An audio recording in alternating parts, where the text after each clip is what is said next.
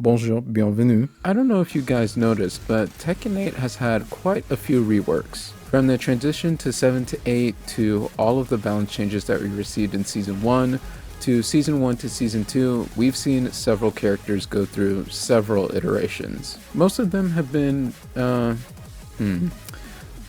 problematic is a word that you could use. Today I want to look at a few characters that have gotten the biggest rework in Tekken 8 to assess what really is the problem with these. I want to start by talking about some of the overall design issues that have led us to this point. There's a bunch of things that I could reference from Tekken 5 to now, especially in Tekken Revolution if y'all remember that game. But I want to take more of a pointed approach to try to understand just exactly what went wrong in this installment. Attacks have way too many properties on them. An attack can't just be a plus on block mid, right? Before, in Tekken 6 or Tekken 3, we would see a move like down 4-3, just a random notation. Let's say that move grants plus frames on block. Previously we would see frames like +3, now every move is a mid that is +6 on block and also homing and a heat engager, and it has power crush properties. The second biggest issue is loss of identity, and it's been mostly the defensive characters. This is pretty obvious as Tekken 8 is an aggressive game, but we'll talk about a little bit later how aggression and defense aren't necessarily antonyms. These two factors work in tandem, as the more properties a move has, the more applicable it is in more situations. Thus, characters lose the reasons to press their unique buttons. This can be seen with a character like Leroy or Jun. Now that Leroy's design revolves around chip, and Jun's revolves around plus frames, why would you ever use their unique defensive tools like parries or Tsubakis? And speaking of Jun, I'm starting with Jun because admittedly I know the most about her.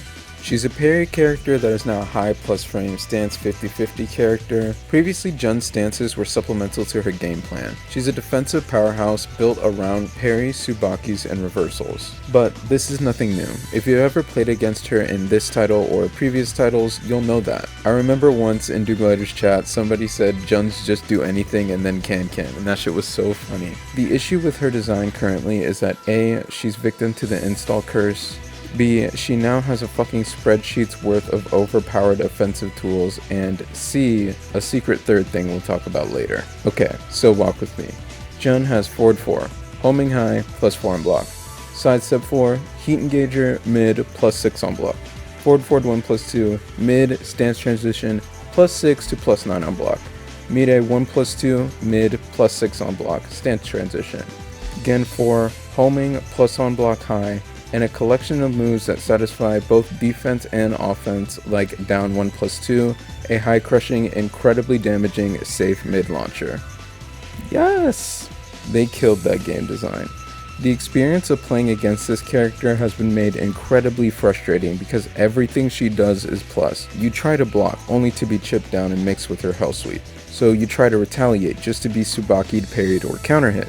So you try to step, but almost all of the moves have tracking. It's just a humiliation ritual. In the end, she doesn't even feel good because people play her for her defensive nature, and having a character oscillate between extreme offense and extreme defense is only pleasing in concept. I haven't mentioned her range 3 beam she gets or the easy 100+ damage B&B she can get now from Kazama Essence, her install. It ultimately just artificially adds damage to a character already doing too much damage and, is a defensive character. This hasn't even mentioned the secret third thing, her health mechanic. Name a system in Tekken that makes less sense. You can't. The moves that take her health don't make any sense and aren't consistent. The moves that she heals from don't make any sense and also are inconsistent. Why does she heal from doing some of her stances but only some of them? And why does she gain health from doing moves like forward 1? I don't know. Obviously, I needed to put Jun and Asuka next to each other as they suffer from the same issues. They are both defensive characters, but Asuka is now a high plus frame 50-50 character. She also has a shitty install that gains her several plus on block moves. Again, why is a character with like 13 parries in reversal also applying +22 at the wall? She uses these plus frames to establish her equally shitty 50-50. 50-50s are literally built into her punishment, like her wall rising punish that leads into a high risk, high reward 50-50. Asuka is also one of the characters that gets extra hits on grounded opponents. Lydia is also another that does this. I think that adds to just the tilt of it all, like why is she hitting me on the ground for unskilled damage? I don't have much to say about Asuka that I didn't already say about June. Just know that this is not my Asuka. Oh god, I'm sure the Steven mains were waiting for this one. I've ragged on Steve like 6 times on this channel. I think his character is incredibly disappointing to no fault of his own. His story has been mishandled, his character designs have been mishandled, but his gameplay never has been. Steve has been pretty top tier, if not just top tier in most of his Tekken stint, so let's rework him and give him an entirely different identity and design. Yes, Steve Fox, the counter-hitting paragon, but now he exists as a stance 50-50 character. A lot of his moves have forced stance transitions. Every punish he has leads into a stance. Most of his combos are reliant on stances, which is interesting because without a wall, Steve's combo game has been weaker than other characters. A unique weakness Steve players had to work around. I mean, even his grab mechanic in Heat is a fucking 50-50 guess. He's seen consistent nerfing to his counter hit tools, which a lot of Steve players would argue is what made him him. This, coupled with removing skill expressions with things like the loss of his Shiro combo, leads to a character with less dimension and depth, which is kind of why like Steve players played him, you know, but let's just delete all that shit. For example, his 13 frame punish forces you to go into Lionheart, his main way of applying his 50-50. He has new stance transitions like these that Steve mains don't even like. And of course, all of this comes at the sake of nerfing his counter hit moves. Due to his design being stance focused, Steve has received more plus frames to help him transition into those stances. For example, Stomp is +8 into mix and Up Back 2 is +5 into mix. That with the addition of new things like 5 Fox Fury, +11 on block by the way, which is more than most fucking Heat smashes. Anyways, this shows that the designers are further straying away from the character's original identity. At this point, King, Nina, and Haorong are better counter hit paragons than him. Zafina. Some would say you're to blame for all of this. Her very well documented backdash montages in Tekken 7 sent chills down the spine of the developers, so they made her a stance 50-50 character. I hope you're noticing a trend by now. Not only was her individual backdash nerfed, but backdashes were nerfed system-wide. Zafina received no buffs to compensate for this, instead they continued to nerf her evasion even more. They just gave her a bunch of odd changes. Odd power crush properties on some random ass moves, odd plus frames that run contradictory to the rest of her character design. Because of these moves, she can now control large portions of the screen, but is extremely telegraphed. This is due to the fact that the new moves that she got are the only plus moves that she really has. If she plays the Tekken 8 style gameplay, she can really only do these 3 moves in rotation. We can see this in game with wall running 1+2 into down forward 1. What else can she do to keep up her offense in this situation? Some characters like Lily can completely ignore this with Divine Step, so it's a one-dimensional interaction where most characters just have to stand there and watch Zafina do a cutscene while taking chip damage. Her core identity was found in particular tools like her low counter hit pokes, so they nerfed them multiple times. Another win, Namco! I heard this on a podcast, but Zafina used to be identified by her stances and defensive utility, but she's now known for Azazel, which kinda sucks. I don't know. Capos are broken.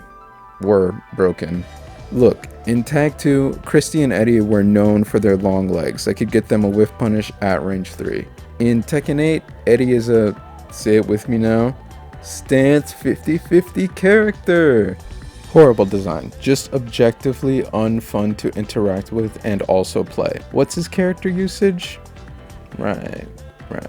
Dumpstered, like he got dumpstered. I honestly don't know if him or Lydia is worse, but they just released the same character twice. Just one approaches with a mid or high mix-up and the other approaches with a mid or low mix-up. Then into stance, into guess multiple times at minus frames. Yes! The Haorongification of Tekken, if you will. I mean, what else can I say? His design is just bad. I used to like playing against the Capos. It felt like I had quite a lot to think about due to their ability to punish you at almost any range.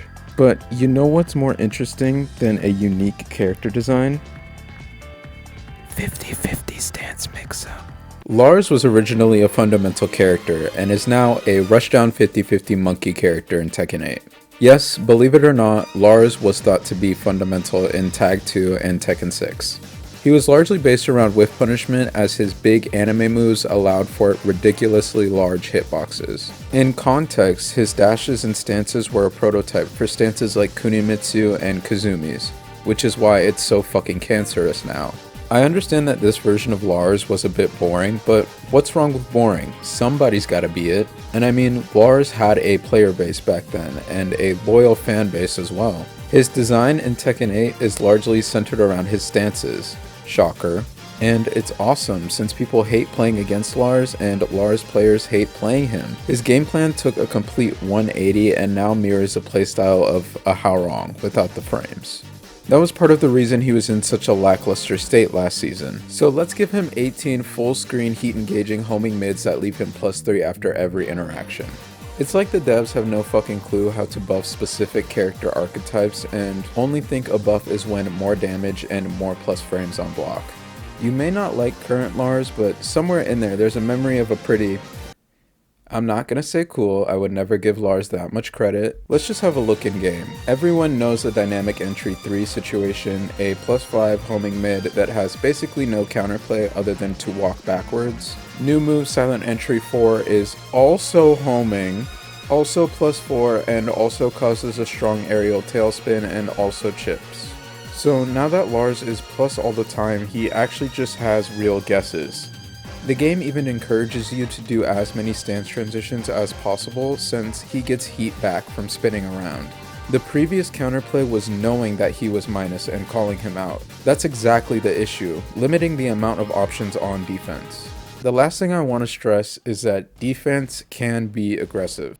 I think the concept is a little bit ephemeral because people usually tend to think of offense when they think of aggression, but in Tekken anything is possible, baby. It's like Disneyland. Defensive characters have the ability to control space by making their opponent fear pressing a button. This kind of power can easily get someone to back themselves into a corner without even lifting a finger. Historically, Lee, Steve, and Lily mains know this feeling the best. Moving forwards and backwards, negotiating space as Lee, waiting for your perfect back four.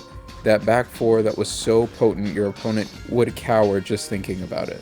I feel it on Lily. Once you get your foe to respect you, you can do anything. Pressing 3 down forward 3s in a row is rewarding on Lily, but it's easily interruptible. It's your knowledge of timing as a defensive Lily that makes your opponent scared of the possible counter hit. Defense adds dimension to offense and makes the game more interesting. I don't know if what I'm saying is going into the void as most Tekken content does, but you know, I tried, so. Okay, girl, that's the video down. I've wanted to make a video like this for a long time, but wasn't sure about the format or the characters I'd pick. So I kind of just like made it. I hope it's good.